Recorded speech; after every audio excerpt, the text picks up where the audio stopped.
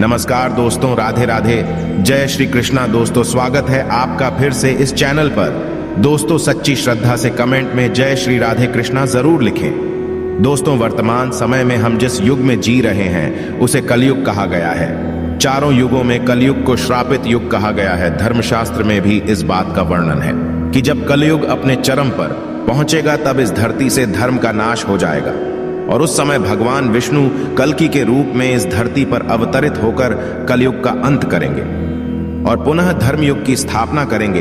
पर क्या दोस्तों आप सभी को पता है कि भगवान श्री कृष्ण ने महाभारत काल में बता दिया था कि आने वाला समय यानी कि कलयुग कैसा होगा। इतना ही नहीं, भगवान श्री कृष्ण ने कलयुग के 5 कड़वे सत्य भी बताए थे जो आज देखने को मिल रहे हैं। वह कौन से हैं 5 कड़वे सत्य? दोस्तों यदि आप भी जानना चाहते हैं तो इस वीडियो के एंड तक बने रहेगा। और अगर अब तक इस चैनल को सब्सक्राइब नहीं किया है तो चैनल को सब्सक्राइब करके बेल आइकन को प्रेस कर लीजिए। तो चलिए बिना टाइम वेस्ट किए शुरू करते हैं। दोस्तों महाभारत काल में जब पांडव युद्ध क्रीड़ा में अपना सब कुछ गवा देते हैं तब उन्हें वनवास जाना पड़ता है। वनवास जाने से पहले भगवान श्री कृष्ण से मिलते हैं और कहते हैं, हे भगवान, युद्ध क्रीड़ा में सब कुछ गवा देने के बाद हम 5 भाई द्रौपदी के साथ वनवास जा रहे हैं। लेकिन जाने से पहले हम यह जानना चाहते हैं कि आने वाला युग कलयुग कैसा होगा। उस समय के मनुष्य कैसे होंगे, लोगों के विचार कैसे होंगे और मोक्ष की प्राप्ति कैसे होगी।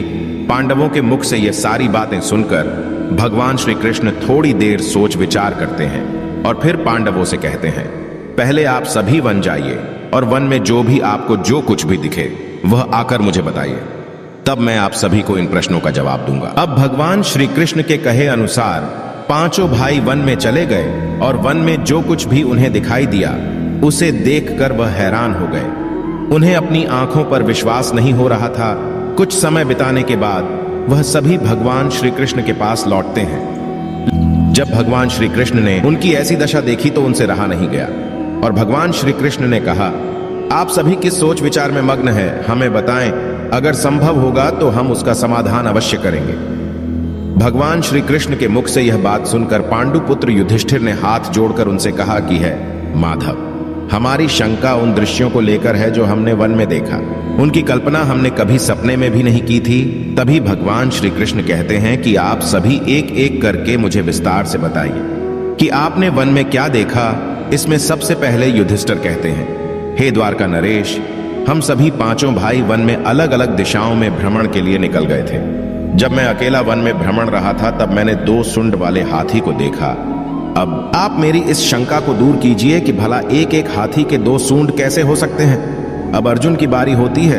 अर्जुन बताते हैं कि उन्होंने एक ऐसे पक्षी को देखा जिसके पंखों पर वेद की रचनाएं लिखी हुई थीं और वह मुर्दे का मांस खा रहा था। अर्जुन के बाद भीम बताते हैं कि उन्होंने वन में एक ऐसी गाय को देखा जिसने अपने बछड़े को जन्म के बाद चाट रही थी कि उसके शरीर से खून आने लगता है। इसे देखकर मैं हैरान रह गया कि कोई माता अपने बच्चों के साथ ऐसा कैसे कर सकती है। अब भगवान श्री कृष्ण सहदेव से पूछते हैं कि सहदेव, तुमने वन में क्या देखा?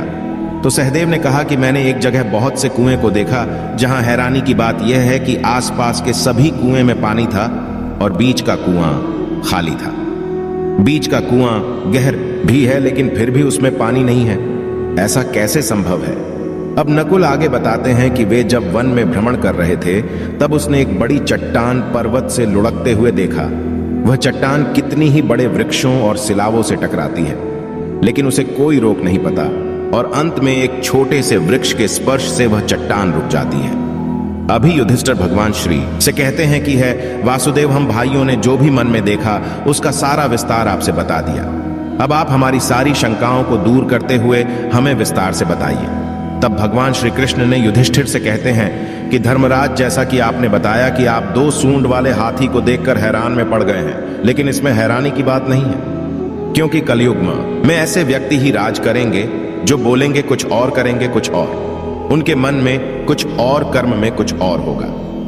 यह लोग शोषण करने का एक भी मौका हाथ से जाने नहीं देंगे। यह बस अपने ही हित की बात सोचेंगे।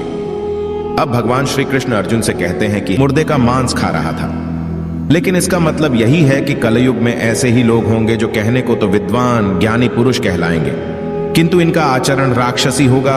उनके मन में यही होगा कि जल्दी किसी की मृत्यु हो और उसकी संपत्ति के मालिक खुद बन जाए। कलयुग में मनुष्य के लिए सबसे ऊपर धन और संपत्ति होगा और कुछ गिने चुने शख्स ही वास्तविक संत होंगे। इसके अलावा कलयुग में ज्यादातर इंसान अपनों को ही ठग कर आगे बढ़ने के विचार में होंगे।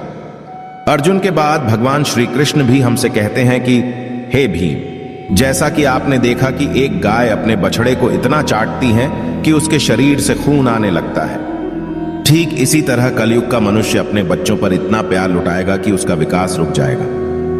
एक माता की ममता अपनी औलाद की मोह माया और संसार में इस तरह बांध के रख देगी कि उसके बच्चे का जीवन नष्ट हो जाएगा। अगर किसी का बेटा घर द्वार छोड़कर साधु बन जाएगा तो उसके दर्शन को हजारों व्यक्ति जाएंगे, किंतु अपना बेटा साधु बनेगा तो वह रोएंगे, विलाप करेंगे कि मेरा बेटा गलत रास्ते पर चला गया। दोस्तों, यहां भगवान श्री कृष्ण जीवन की वास्तविकता को बताते हैं कि इंसान को यह समझना होगा कि तुम्हारे पुत्र तुम्हारे नहीं, अपनी पत्नियों की अमानत है, और पुत्रियां अपने पतियों, और तुम्हारा यह शरीर मृत्यु की और आत्मा परमात्मा की अमानत है। भीम की जिज्ञासा को शांत करने के बाद भगवान श्री कृष्ण सहदेव को कहते हैं कि सहदेव, जैसा कि तुमने वन में देखा कि एक साथ कई कुएं हैं थे, लेकिन सिर्फ बीच का कुआं खाली था। इसका मतलब यह है कि कलयुग में धनी व्यक्ति अपनी मन की खुशी के लिए विवाह उत्सवों में धन खर्च करेंगे, लेकिन अपने आस पड़ोस किसी गरीब को देखकर उसकी मदद नहीं करेंगे, फिर चाहे वह गरीब उनका सगा ही क्यों ना हो। लेकिन किसी के आंसू को पूछना अपना कर्तव्य नहीं समझेंगे। कलयुग में अन्न तो होगा और धनी लोग उसका उपभोग करेंगे, लेकिन गरीब व्यक्ति एक एक दाने के लिए तरसेंगे और ऐसे ही मर जाएंगे।